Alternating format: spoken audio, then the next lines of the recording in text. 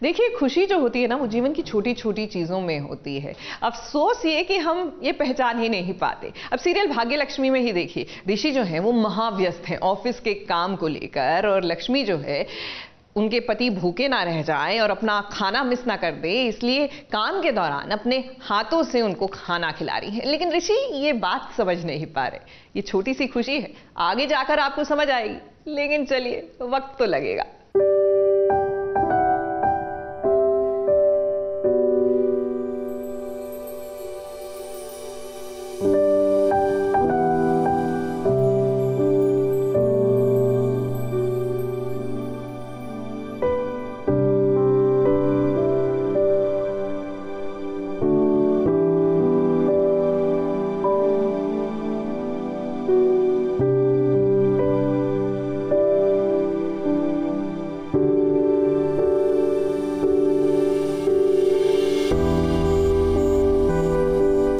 भाई, पत्नी का प्यार अगर किसी को मिले तो ठीक ऐसे जैसे लक्ष्मी का प्यार ऋषि को मिल रहा है। जनाब नाश्ते की टेबल पर तो आ गए, लेकिन इतने बिजी हैं कि उन्हें नाश्ता करने का टाइम ही नहीं है। दोनों हाथ लैपटॉप चलाने में बिजी हैं। तो भाई बगल में पत्नी भी तो है। पत्नी ने सोचा कि क्यों ना अपने पति देव को अपने प्यारे प्यारे हाथों से नाश्ता करवाती हूँ। लक्ष्मी और ऋषि के बीच ये नजारा देखकर भाई देवर जी भी खुश हो रहे हैं, लेकिन ऋषि थोड़ा सा अनकंफर्टेबल फील कर रहा है। अब वो क्या है ना, जिसके दिल में काला होता है उसे अच्छी बात कहीं न कहीं तो खटकती है।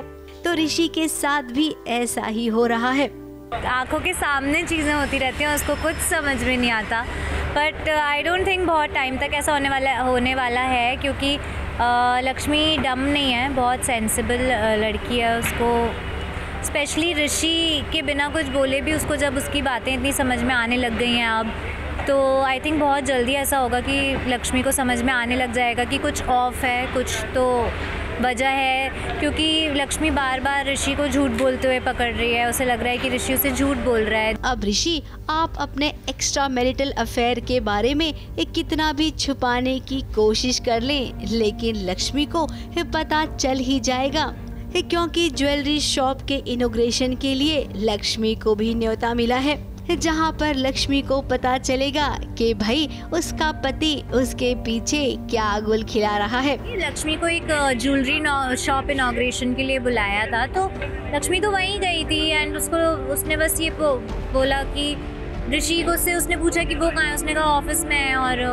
एक्चुअली ऋषि वहीं था। तो वो थोड़ा बेसिकली लक्ष्मी को भी सिर्फ इतना ही डाउट है कि ऋषि झूठ क्यों बोल रहा है लक्ष्मी से, व्हाई इज ही लाइंग। तो आई थिंक उस स्टोरी पे अब हम देखो कब तक प्ले करते हैं और कब लक्ष्मी के सामने सच्चाई आती है मलिष्का और ऋषि। तो इस बार तो आपका पर्दा फाश होने वाला है। मुंबई से नेहा सावंत के साथ एबीपी न्यूज रिपोर्ट। देखिए, कहना आसान होता है कि हमारी लाइफ में जितनी प्रॉब्लम्स है ना वो किसी और की वजह से है, लेकिन प्रॉब्लम्स किसी और की वजह से तब होती है जब हम किसी और को अपनी लाइफ में हावी होने देते हैं। अब कुछ रंग प्यार के इस दूसरे सीजन में देख लीजिए, सबको पता है कि संजना का काम स्यापा पाना है, लेकिन फिर भी देव जो है उसके झांसे में आ ही जाते हैं, और इसी के चक्कर में ये जो पूरा गेम प्लान था ना संजना का, ये कामयाब होते हुए नजर आ रहा है।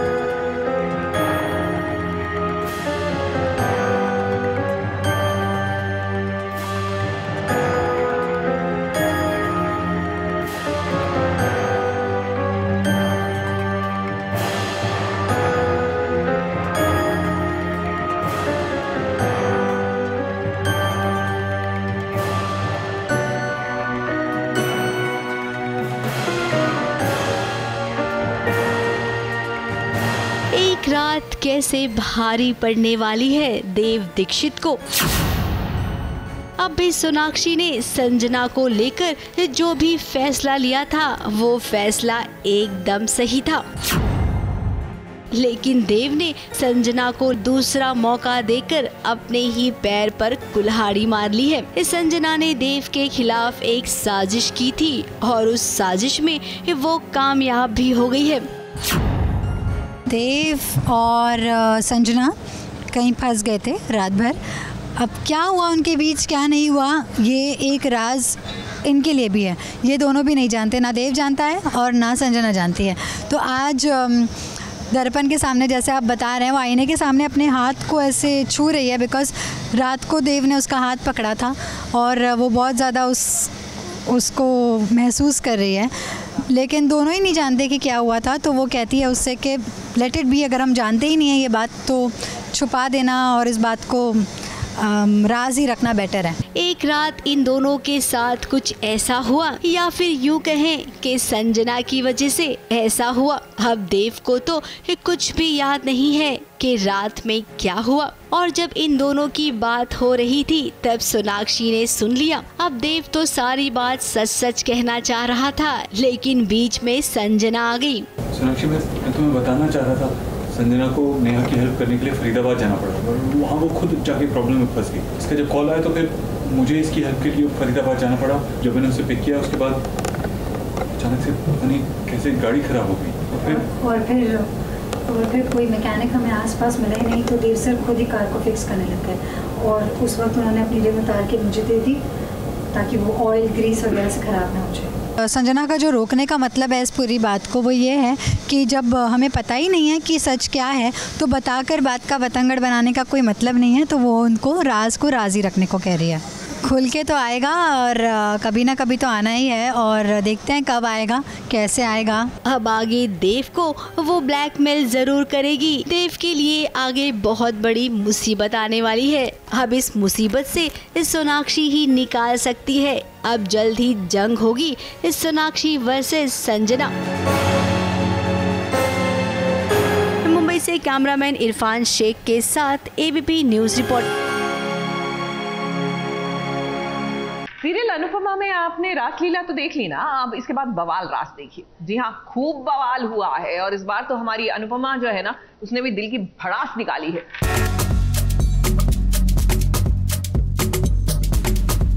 तुम्हें तो मैं बात में दी, पहले इससे निपट। तू अपने आप को समझता क्या है? चुप कर। हो गया नाच गाना, मिल गया इनाम, तो लिया अरमान पूरा। अभी क्यों याद है? और आज के बाद हमारे मोहल्ले में मुंह मत दिखाना। लीला, मर गई लीला। अरे आपकी बेटी ने हमें कहीं का मुंह दिखाने के लायक नहीं छोड़ा है। बहू बन के लाए थे, बेटी बन के घर में रखा। तुझे घर की दहलीज लांघने की परवानगी दी थी, घर की मर्यादा लांघने की नहीं। गलती बहू को बेटी बनाने वालों की नहीं, बेटी बन के नाजायज फायदा उठाने वालों की।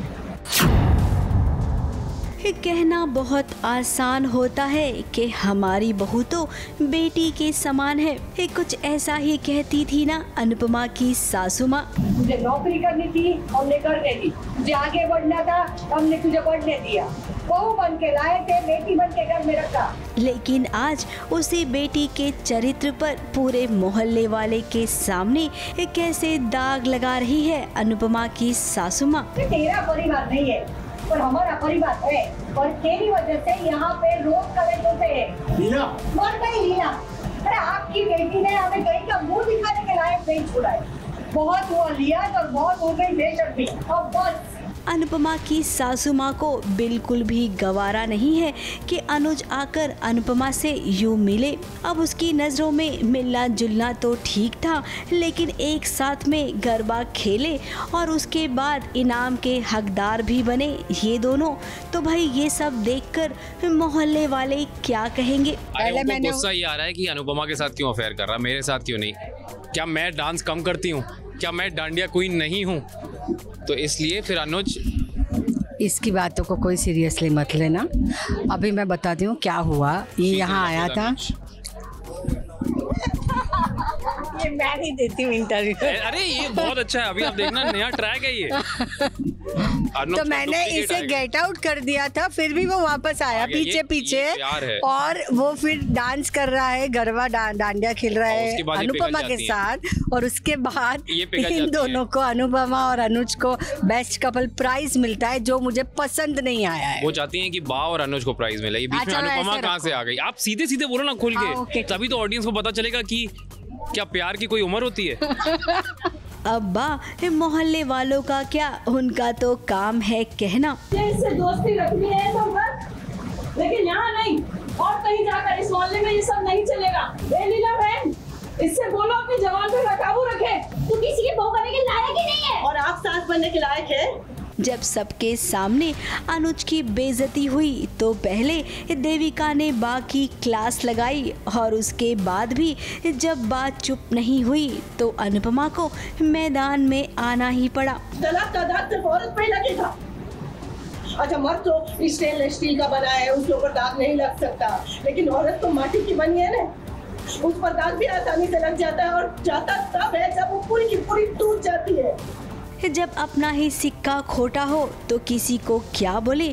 सासू माँ ने ही जब इतने इल्जाम लगा दिए तो अनुपमा मोहल्ले वाले से क्या उम्मीद करेगी। उससे जितना बन पाया उतना उसने कहा, लोगों का मुंह बंद किया। लेकिन ये समाज के ठेकेदार हैं ना, जिन्हें जो समझना होता है वो तो समझता ही है। नवरात्रि का उत्सव चल रहा है, स्त्री शक्ति की आराधना कर रहा है, तो डेफिनेटली शक्ति स्त्री स्वरूप जो शक्ति है वो अपने सम्मान के लिए जब मैं इतना कुछ सुनाती हूँ और ऐसे वो दोस्ती के लिए सुनाती हूँ जो प्योर है, तो उसे गुस्सा आता है और वो मुझे संस्कार क्या होते हैं, कैसे होता है, आपकी सोच गलत है, वो समझाती है।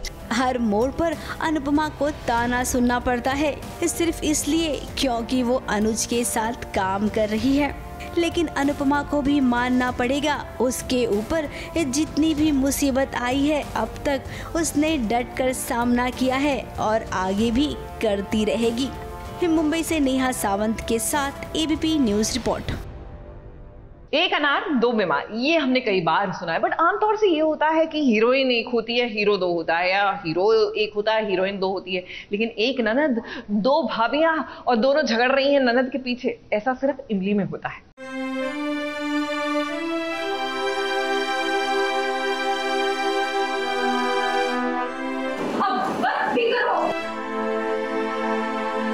मुश्किल से अपना टूटा हुआ घर जोड़ने की कोशिश कर रही है। ये बात एक घर तोड़ने वाली कैसे समझ पाएगी?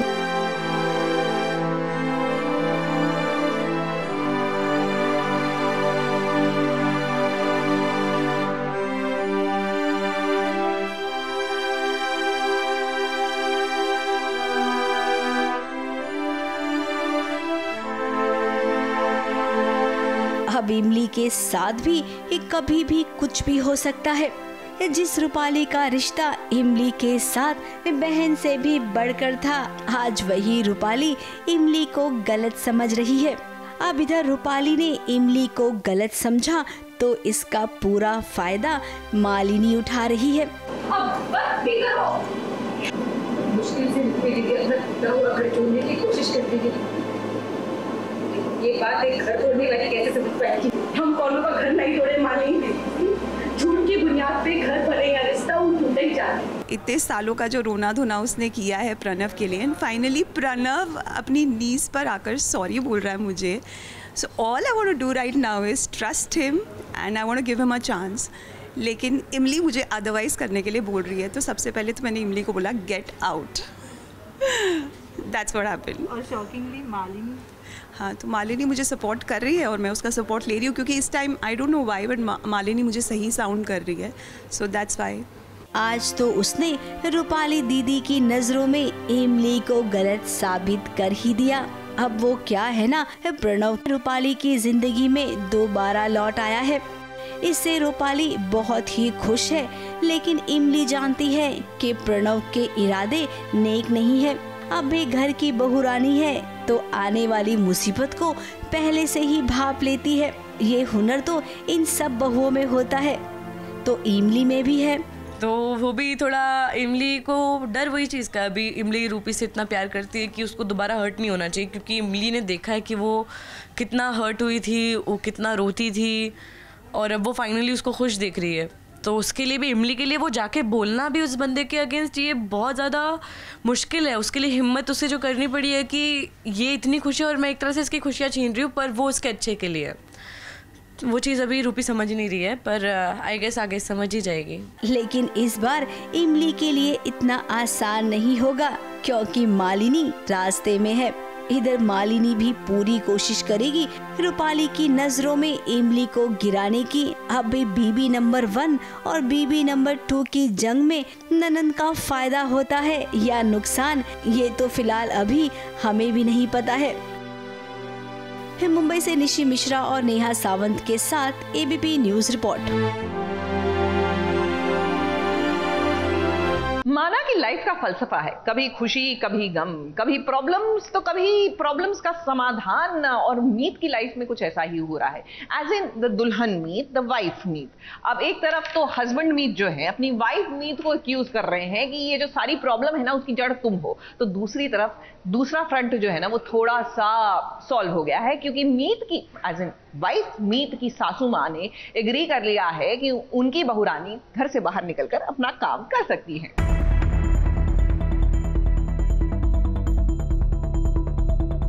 मेरा कार्ड कहाँ है? कौन सा कार्ड? मेरा कार्ड, मेरा क्रेडिट कार्ड जो तुमने मेरे वॉलेट से निकाला और वॉलेट से निकालने के बाद अपनी गुंडा पार्टी को दे दिया, वो कार्ड कहाँ है? कल इसके पास ऑटो वाले को देने के लिए पैसे नहीं थे, तो मैंने इसको 100 रुपए दिए। उसमें से शायद 20 रुपए बचे थे जो ये मुझे वापस करना चाह रही।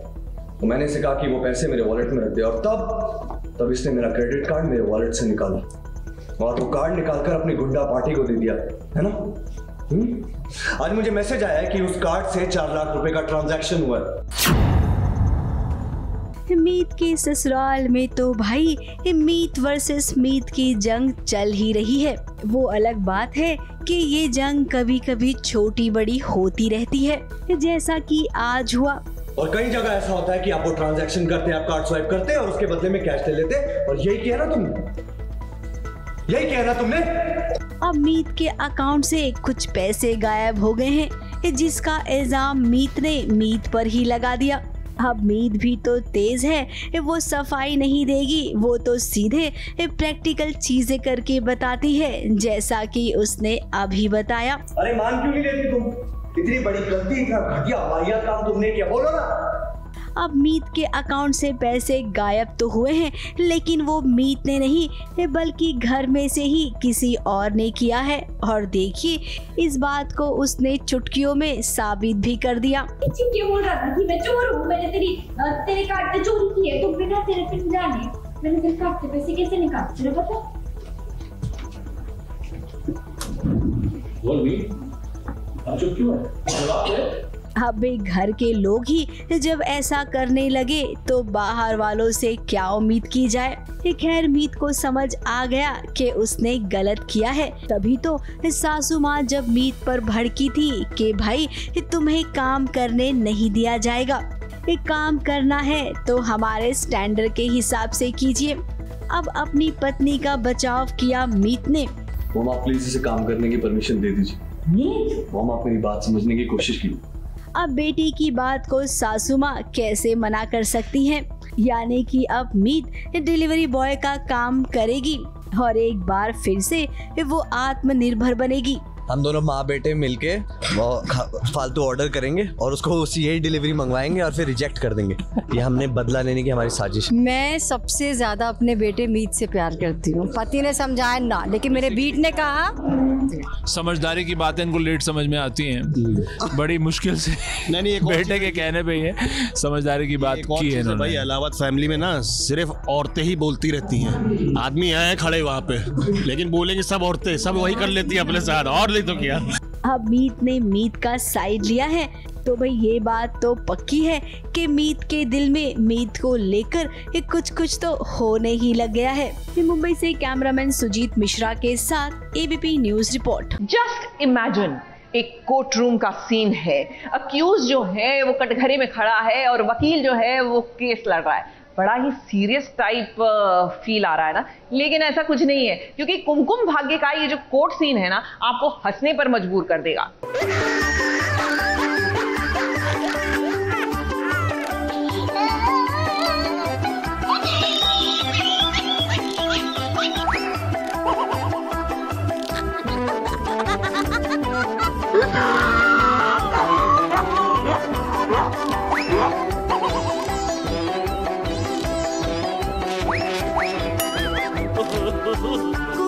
भाग्य की कॉमेडी अदालत में आप सबका स्वागत है। अपने पति अभिषेक मेहरा को बचाने के लिए प्रज्ञा ने महंगे से महंगा वकील हायर किया है, लेकिन वकील की दलीलें फिलहाल इस कॉमेडी अदालत में काम नहीं आई। कोई काम आया तो वो है प्रज्ञा। अब जज साहब जब अपना फैसला सुनाने ही वाले थे, तब देखिए इन मौके पर आ गई प्रज्ञा।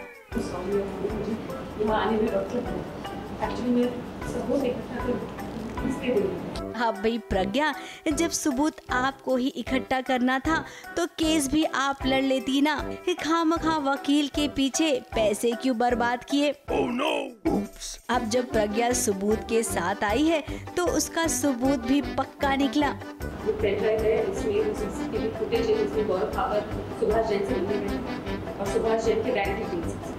प्रज्ञा की कोशिश रंग लाई और देखिए इधर कैसे बरी हो गया अभी।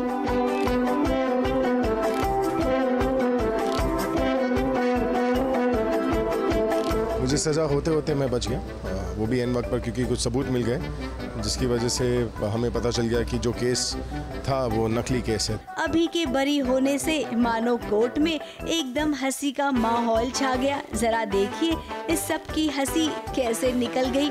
अब वो क्या है ना, अभी को छोड़ा गया तो गुनहगार भी खुश हो गया। बस यही देखकर इस सब हंस पड़े और कुछ ऐसे ये सीरियस सीन कॉमेडी में बदल गया।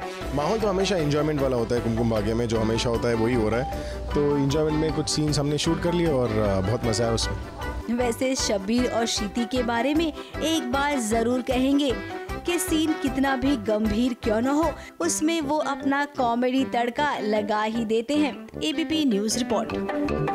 देखिए डांडिया जो होता है ना, बड़ा हैप्पी इवेंट होता है। लोग बिंदास होके अपने दुख दर्द भुलाकर मग्न होकर डांस करते हैं, लेकिन ऐसे में भी जलने वाले जलना शुरू करते हैं। अच्छा, खुद तो जलते हैं, दूसरे की डांडिया के रंग में भंग डाल देते हैं। और ऐसा कहाँ हो रहा है? घर एक मंदिर में, जहाँ पर हमारी गेंदा जो है वो झूम कर नाच रही है और उनको देख देख के जल रहे हैं उन्हीं के पति।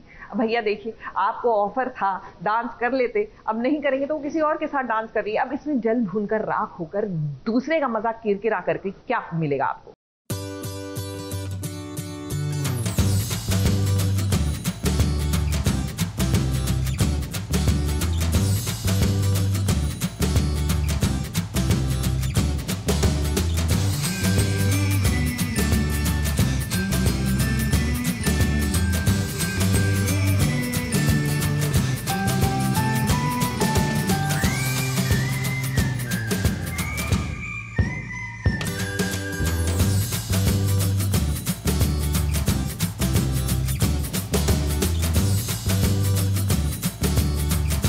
जब प्यार होता है ना किसी को किसी से, और अपने प्यार को जब किसी और के साथ देखेंगे तो भाई जलन तो होती है। वरुण के साथ भी आज कुछ ऐसा ही हो रहा है।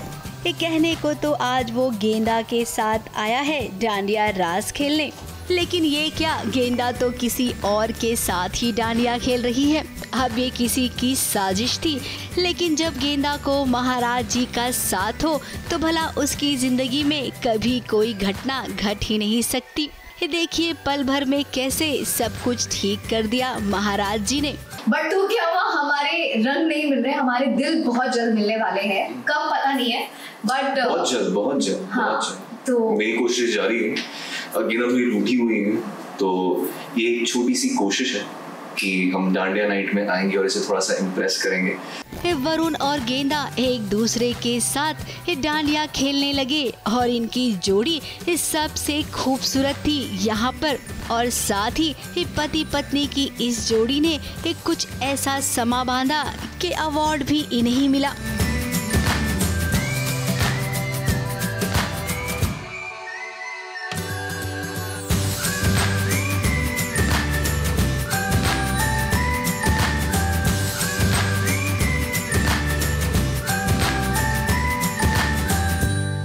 अब डांडिया रास की ये रात बहुत ही खूबसूरत है। जरा आप भी देखिए इसकी सजावट, पर्दे के पीछे कैसे पूरी यूनिट मेहनत कर रही है। और श्रेणु और अक्षय को देखिए जो डांडिया खेलना सीख रही हैं।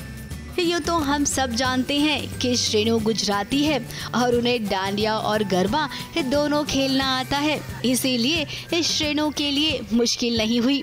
नहीं मतलब बहुत टांग खींची है, डांस करने आता नहीं है तो But I felt really bad for him और मैंने हेल्प की होती, जेन्युइनली मैं हमेशा करती हूँ, बस इनको कदर नहीं होती मेरी।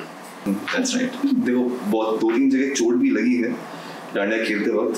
हाँ वो क्या कहना क्या चाह रहा है? नहीं बस मैं बता रहा हूँ कि चोट लगी थी थोड़ी बहुत, but it's okay, it's happens, part of life. अब महाराज जी के आशीर्वाद से सब कुछ ठीक हो गया, लेकिन उसका क्या जिसकी साजिश फेल हो गई है। आगे गेंदा के लिए हम यही कहेंगे कि संभल कर रहना। ABP news report.